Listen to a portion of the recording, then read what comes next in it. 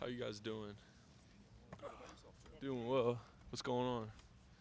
When do you think you've taken the biggest step this fall? Not just the spring and the summer, but just the last 14 days or so. A big thing for me this preseason was kind of getting in there, being consistent blocker, getting my body to be able to get to the point where it's able to hold up and withstand contact after contact. Because, to be successful here, we need to use our tight end in the run game, and I just can't be out catching passes and receiving. So I got to be able to do that job as well. So definitely blocking. Seems like people put you on the same track that Jeremy Ruckert was on, coming from high school, kind of wide receiver to becoming a tight end. Do you feel like you're starting to make that officially kind of become a true tight end? Yeah, definitely with Jeremy here, my first 2 years, he kind of talked to me about how he was kind of on the same track as me, and we were kind of the same build coming out of high school, and we all saw the player he turned out to be.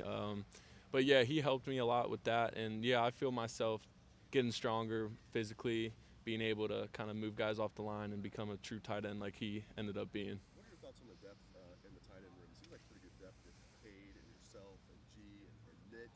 Bennett's in the mix and Hmm. Sam. Just it seems like it's pretty good depth here. Yeah, I think we have a really diverse group, which makes us good. We have a bunch of guys who are good at different things, and when you kind of put us all together, we kind of have everything.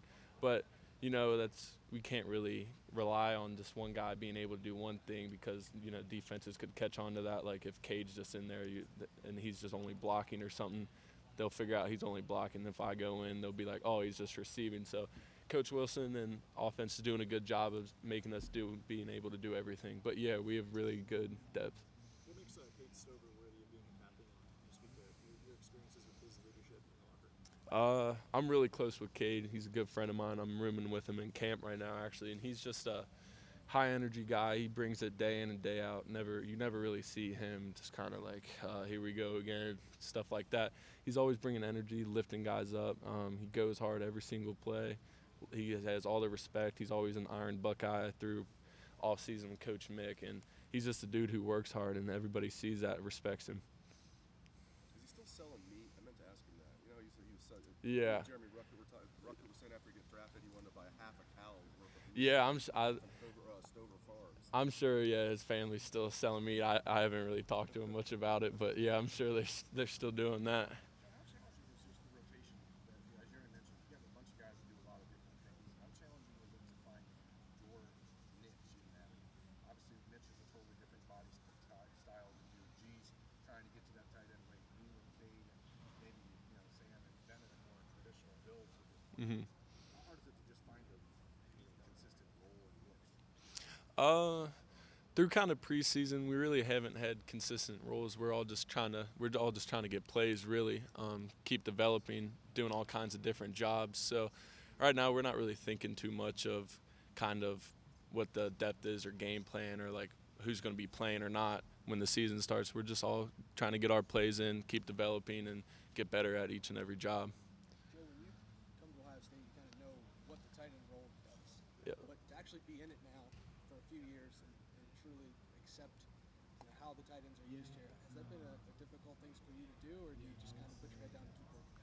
Um, No, I mean, coming out of high school, I was an ex receiver, Yeah. caught a lot of balls, and I kind of knew what I was coming into when I was being recruited and eventually committed here. I would see it on game day, and Coach Wilson and coaches would let me know, like, hey, if you got to be able to block. So I already knew that coming in, and it was hard at first just because I was little, so I couldn't really do it as well. But now since I've gained weight, gotten stronger, it's been better. And I don't mind blocking. Still got to get better at it, but it's just fun getting out there on the field. G just talked about how much he had to eat to gain all of his weight. Have you had to be on a similar track, or do you kind of gain your weight a little more naturally? Um, it took me a while to gain weight. My metabolism's super fast. It's kind of slowed down a little bit. But right now I feel good at my weight, and I reached my goal weight that kind of Coach Mick and the coaches wanted me to play at. So right now I'm feeling well. But yeah, it took me. I'm going in my third year, and I'm just now kind of finally getting there with my weight. So yeah, it took me a couple years to gain weight. When you finally hit the goal weight, were you pretty pumped? Yeah, and I've hit it before, but then I'd kind of drop back down a little bit. But now I was just kind of living there, and I'd just wake up every day and kind of be at that weight. And they'll obviously, if I can gain more weight, they'll want me to do that. But right now, yeah, I'm feeling real well. What was that goal number, by the way? It was 245, but kind of the lowest I ever was here one time was around 225. So I've gained about 20 pounds. You feel that? Yeah. You feel you line up on the line of scrimmage? Oh yeah, for sure. I was getting tossed, snagged around when I first got here. Now I kind of got more legs behind me, can kind of create some contact and movement.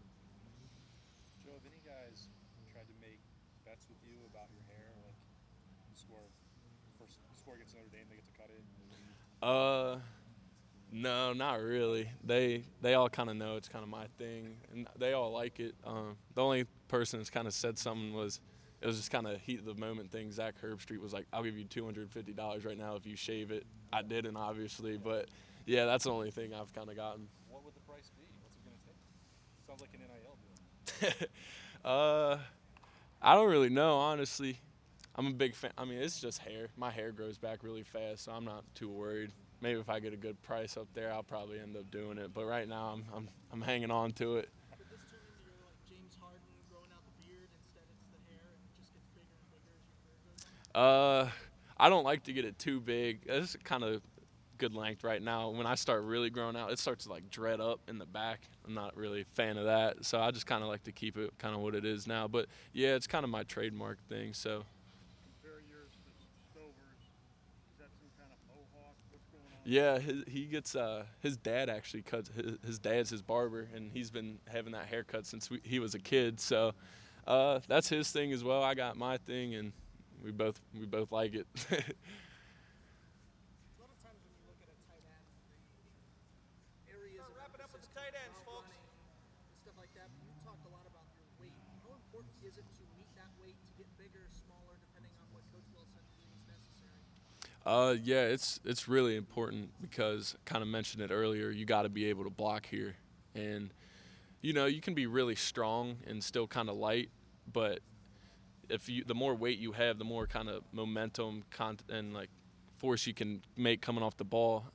So like there's really strong guys who are lighter in weight, but they can't really make too much movement because they're just like strong through here. But then there's heavier guys who maybe aren't as strong like his bench or something like that, but they can kind of create more movement just because they weigh more. So yeah, weighing more definitely helps and is important. In the spring, I haven't spent a second in Ohio State football pack, so I'm going off assumption here. Is that first meeting of, hey, we want you to move up from this weight to this weight or move down from this weight to this weight, does that give you any indicator on you're going to be a block heavy tight end or a route running tight end? Not really. No, they just kind of look at it at each guy and what they think he'll play best at. Because throughout years here, we have really good sports science teams, and they'll see like how we move, how fast we're running, how much we're lifting at a certain weight, and like compare it to other weights, and they'll try to decide which weight they think will suit us best. So they just kind of go off each guy. Back in the spring, CJ was asked who the most underrated player is on the offense, and he said you. What kind of motivation is that for you to be a guy that maybe is overlooked right now, trying to make a name for yourself, and to have a quarterback who is very talented? Last question for Joe there. Yeah, obviously it kind of meant a lot to me. C.J. Stroud, a really talented guy, Heisman guy. For him to say that, it kind of opened my eyes, and I was like, yeah, I guess I am doing pretty well. And I don't mind really being underlooked. It was just spring ball. It's not really like it was the season or anything. But, yeah, it definitely motivated me, and I wanted to kind of stay on that track and hopefully show all you guys and the fans when the season would come. Thanks, Joe. Appreciate you guys.